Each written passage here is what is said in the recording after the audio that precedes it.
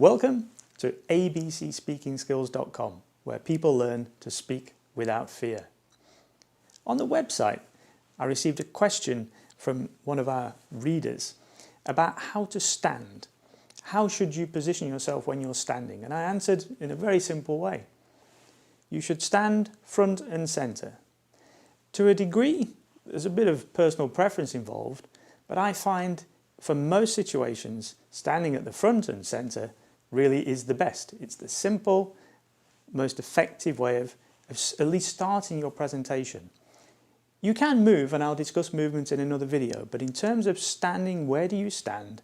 Front and centre with some confidence. I know that you may feel nervous inside, but by standing at the front and not hiding behind a lectern or standing at the back of the stage, really position yourself front and centre where the audience have a great view of you and where you have a great view of the audience.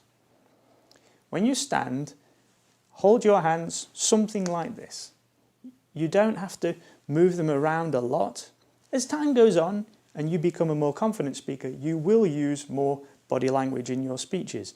But to start with, just simply holding your hands, fingers crossed like that, that's a perfectly reasonable pose. You're looking for a natural pose rather than a forced pose. So some people I've seen speak do this. Now, I don't think that that's such a natural or comfortable pose. I think this looks more natural and is a better starting point. I've seen some people fold their arms. Now that is an immediate barrier between you and the audience. This is kind of a confrontational point, and you definitely want to avoid that.